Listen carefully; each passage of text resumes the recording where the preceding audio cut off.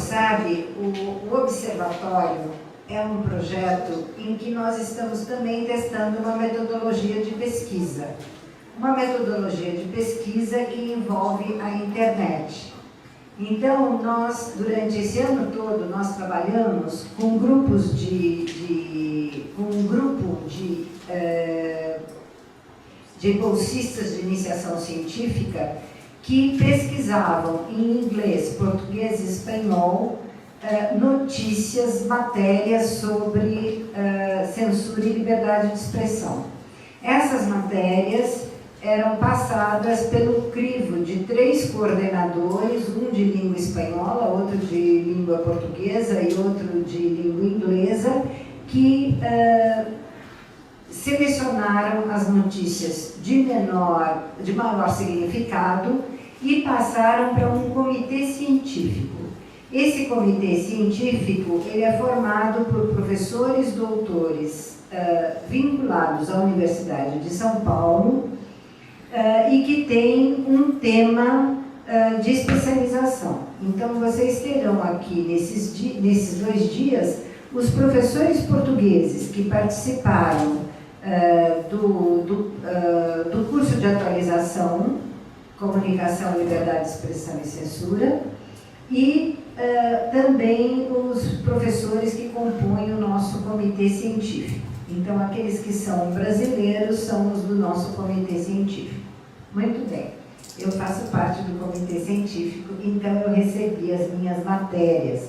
O meu tema principal de estudo hoje é as questões políticas que envolvem as justificativas morais e estéticas da censura, né? Então, esse é o meu objeto, mostrar que por trás da moralidade ou da justificativa da moralidade ou da justificativa estética, o que se coloca realmente é um posicionamento político.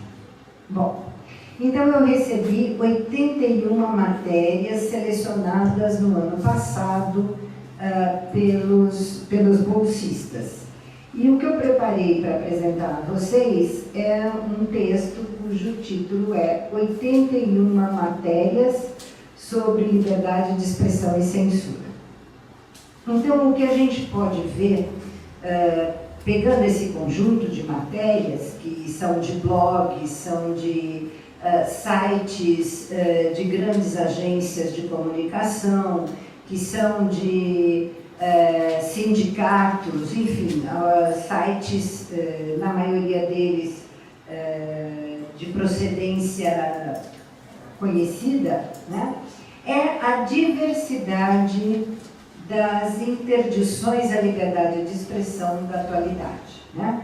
O que permite dizer que a censura hoje está capilarizada e distribuída por nações, grupos, instituições, pessoas, partidos, grupos econômicos e agências noticiosas.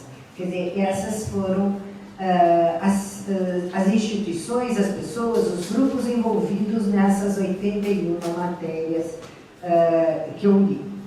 E quando eu falo em capilarização e diversificação da censura, a gente vê pelo seguinte, por exemplo, em relação à Venezuela, há uma matéria que saiu no Equador, isso também é uma constante, quer dizer, nunca as matérias falam da censura no seu próprio país, né? Tem sempre um país falando da censura no outro, né? Então, no Equador saiu uma matéria sobre a censura na Venezuela, né? Dizendo que a cada 4 dias, jornalistas, cartunistas, humoristas e defensores dos direitos humanos são vítimas de restrições à veiculação de notícias no país. Por outro lado, então a gente vai pensar assim, bom, realmente então a censura hoje que parece ter desaparecido, ela ocorre principalmente em países de governos dito esquerdistas, né, ou socialistas, contra a sua oposição. Mas daí a gente vê, por exemplo, que tem uma matéria sobre a Inglaterra, né, em que o David Cameron teria pedido ao jornal The Guardian a destruição de documentos confidenciais entregues ao jornal pelo ex-analista e ex-consultor de segurança da Agência de Segurança Nacional dos Estados Unidos, o norte-americano Edward Snowden, hoje asilado na Rússia, né? Então, a gente vê que a censura não escolhe tendência política, né? E então o David Cameron não, um representante dele, um porta-voz, disse que se as informações altamente sensíveis são guardadas de maneira insegura, o governo tem a responsabilidade de protegê-la, mesmo se for preciso usar a força, a polícia e a detenção, né? Então, isso já, num país que não tem nenhuma cor socialista ou de esquerda. Então, não é a posição política que determina o uso da censura, né? Nós vamos ver, por exemplo, que depende do tema. Então, em Singapura, e nós entramos aí no campo do politicamente correto, as Forças Armadas de Singapura foram proibidas de cantar uma canção considerada misógina.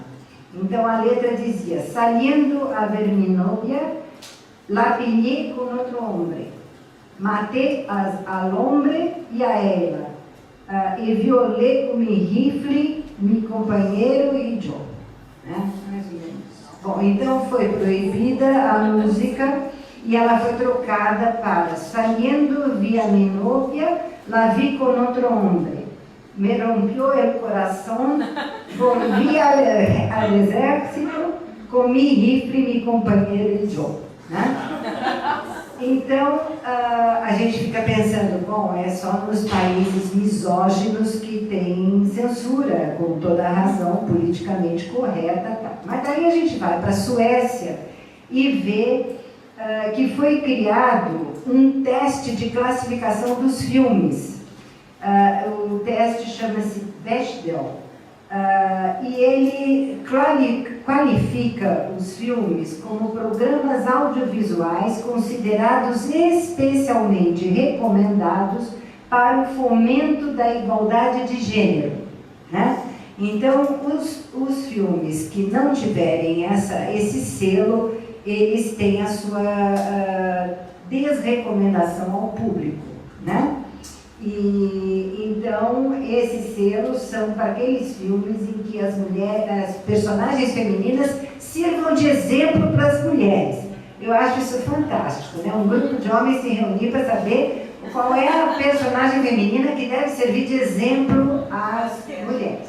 Então a gente vê que a Suécia não é um país que se saiba misógino, né? Mas que pratica censura justamente em nome da igualdade de gênero. Bom, e aí no campo também da produção cinematográfica, a gente vai ver que na França, o Lars von Trier, que é um diretor de cinema, foi proibido de competir nesse ano no Festival de Cannes, porque ele teria dito, no último festival de que ele compareceu, que ele compreendia Hitler. E isso foi considerado um atentado aos intelectuais e produtores franceses que o proibiram de apresentar o último filme dele, Ninfomaníaca, né?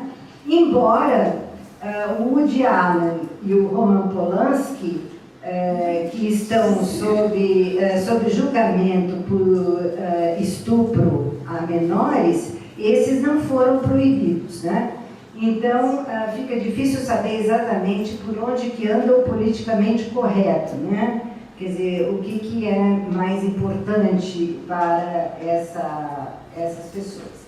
Por outro lado, na China, um desenho animado infantil, A Cabra Agradável e o Grande Lobo, foi proibido. Esse desenho foi proibido porque a cabra foi considerada extremamente se viciada pelo lobo, né?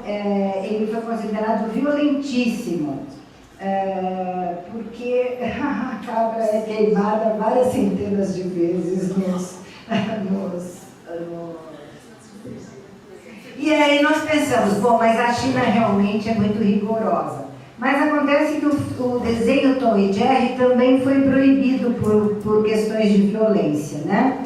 E a Cartoon Network, que detém os direitos autorais do Tom e Jerry, tiraram esse... e eu cresci vendo Tom e Jerry, né? Eu acho que é por isso que eu sou tão violenta.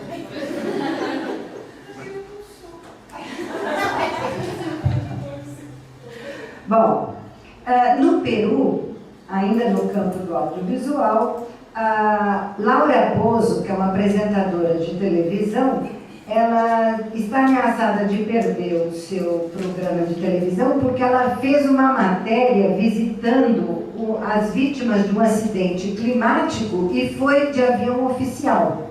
E não levou suprimentos, não levou nada para ajudar as vítimas. Então, ela foi considerada pela jornalista Carmen Aristegui como considerou isso um atentado e pediu a retirada do programa da Laura Bozzo do ar. Então, como vocês veem, a censura, ela quando eu falo capilarizada, é que realmente as mais diferentes e opostas justificativas são usadas para as atitudes de interdição, né? Que podem vir de uma instituição, de um governo, de um jornalista, de uma agência, etc. Né? No Brasil também não é diferente. No ano passado, entre as matérias que eu recebi, estava uma dizendo que a Rita Lee foi condenada a pagar uma indenização por ter incitado ao crime, ao uso de drogas em um show de despedida da carreira dela, em que ela ofendeu a polícia militar que estava vistoriando o público presente atrás de drogas. Então ela agora foi condenada a pagar, se não me engano, R$250 mil, não é pouca coisa, não, bastante. Por outro lado, nós tivemos uma grande discussão a respeito das biografias, né? Quando um movimento do qual faziam parte Roberto Carlos, Chico Buarque e Gilberto Gil falaram sobre a possibilidade de só se publicar no país biografias autorizadas. Também uma outra matéria muito interessante fala do governador Sérgio Cabral, que em junho teria querido obrigar as agências de comunicação a fornecer os dados pessoais daqueles que haviam participado dos movimentos de rua de junho, né? E claro que ele era uma das pessoas mais visadas por esses movimentos e ele então estava querendo, e infelizmente a justiça proibiu que ele pudesse obter esses dados. Por outro lado, enquanto no Brasil grupos religiosos defendem a pregação do heterossexualismo como sendo uma verdade bíblica, né? Grupos homossexuais lutam pela liberação de fotos e textos sobre a sua vida afetiva, né? Então, isso para vocês verem que há uma grande diversidade, uma grande capilaridade dos processos sensórios, né? Mas, de qualquer jeito, diante dessas 81 matérias, eu procurei analisar algumas tendências que caracterizariam a censura na atualidade. E eu consegui identificar 3 tendências. A primeira é o foco na imagem.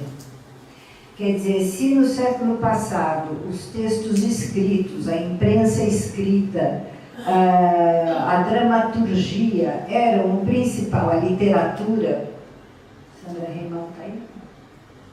Então. O texto escrito era o grande foco, né, o poder da palavra escrita. Hoje parece que os meios audiovisuais e a imagem, dentro dessa sociedade da imagem, parecem preocupar muito todas as sociedades, seja a Suécia, e só para ver um exemplo, em Cuba foram fechadas todas as salas de 3D, porque se considerou que o filme em 3D é muito frívolo, medíocre e uma pseudocultura da banalidade. Né? Por outro lado, em Salvador, na Bahia, um documentário Menino Joel, de Max Gagino, que fala sobre a morte desse menino Joel, foi proibido porque ele incitaria a população contra a PNM. Né?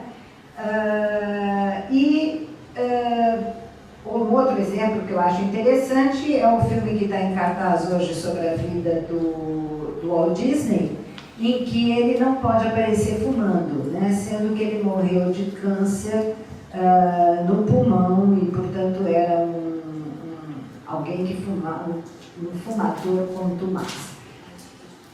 Então, eu acho que hoje o foco na imagem é uma tendência da censura na atualidade, né?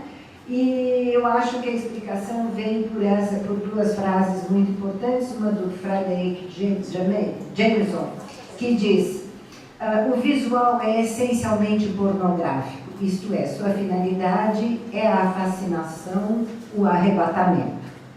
Uma segunda tendência que eu verifico nessas notícias é uma concepção muito retrógrada da comunicação, né? A ideia ainda da bala mágica, né? Ou da injeção, como é que é? Hipodérmica, né? Quer dizer, o público é visto por em todas essas matérias como sendo completamente passivo e à mercê dos meios de comunicação. Quer dizer, ninguém pensa que se a população de Amaralina, que ia ver o menino Joel, se ia ficar incitado contra a polícia, não seria por ver o filme, mas por identificar no filme a sua própria realidade, né? Quer dizer, há um viés muito grande dentro da concepção da comunicação. Eles se baseiam realmente por uma visão da comunicação como no início do século XX.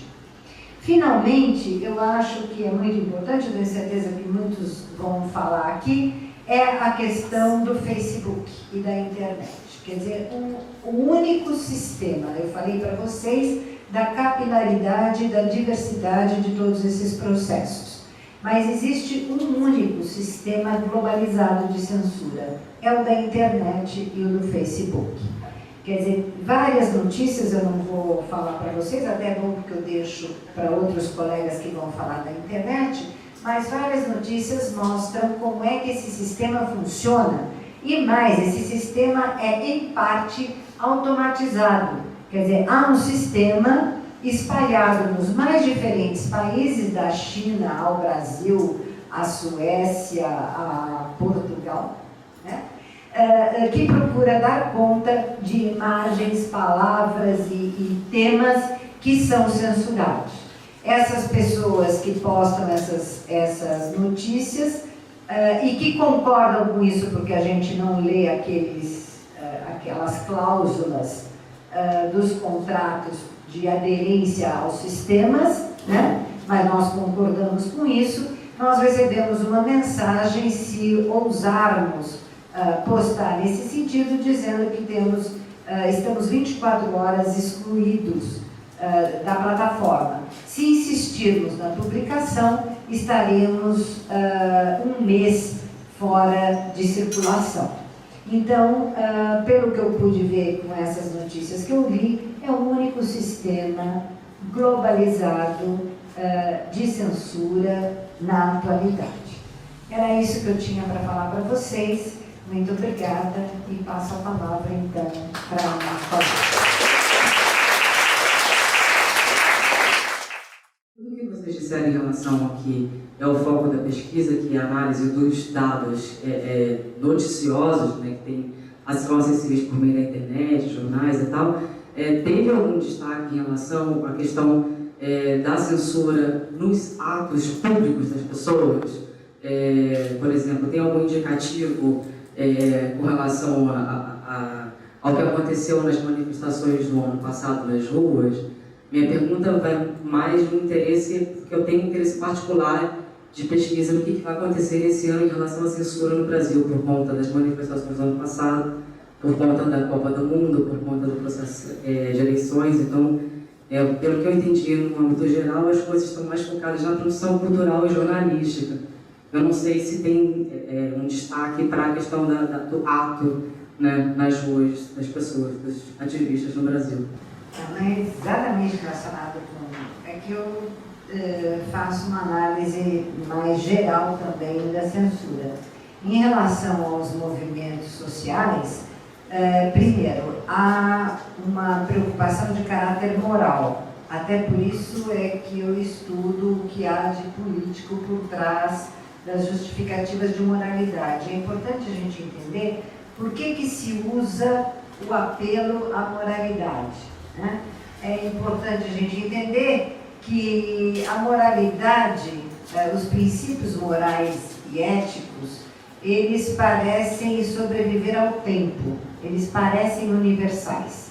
Enquanto outros conceitos de sexualidade, etc., podem variar mais no tempo e no espaço, a questão ética e moral do que convém a uma criança, ao desenvolvimento da criança, etc., acaba sempre sendo extremamente forte ao longo do tempo. Essas justificativas morais vêm desde do que era vetado no Renascimento, nas pinturas dos renascentistas, né? Então, por exemplo, a Marcha das Vadias, nós já até tivemos uma colega que falou sobre isso no outro ano, né? É vetada como sendo um atentado à moral e aos bons costumes, porque, ou por exemplo, o desfile das PU, né? Então é considerado imoral que prostitutas exibam seu corpo e se exibam como prostitutas vendendo a roupa, né? Então existe inclusive essa justificativa não só na censura ao noticiário, porque no Facebook, na internet, no Google, eles proibiram fotografias das marchas das vadias ilustrando as reportagens. Quer dizer, podia se falar sobre elas, mas não podia se mostrar a fotografia, né? Mas também é uma justificativa para interditar a marcha, né? Para realmente a repressão policial. Então, os movimentos sociais, eles são muito ancorados nessa visão da ética e da moral que parecem ultrapassar as fronteiras de tempo e espaço.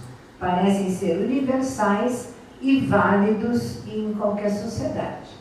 Então, o que eu tenho visto nas matérias é isso, quer dizer, a denúncia de que as fotografias estão sendo,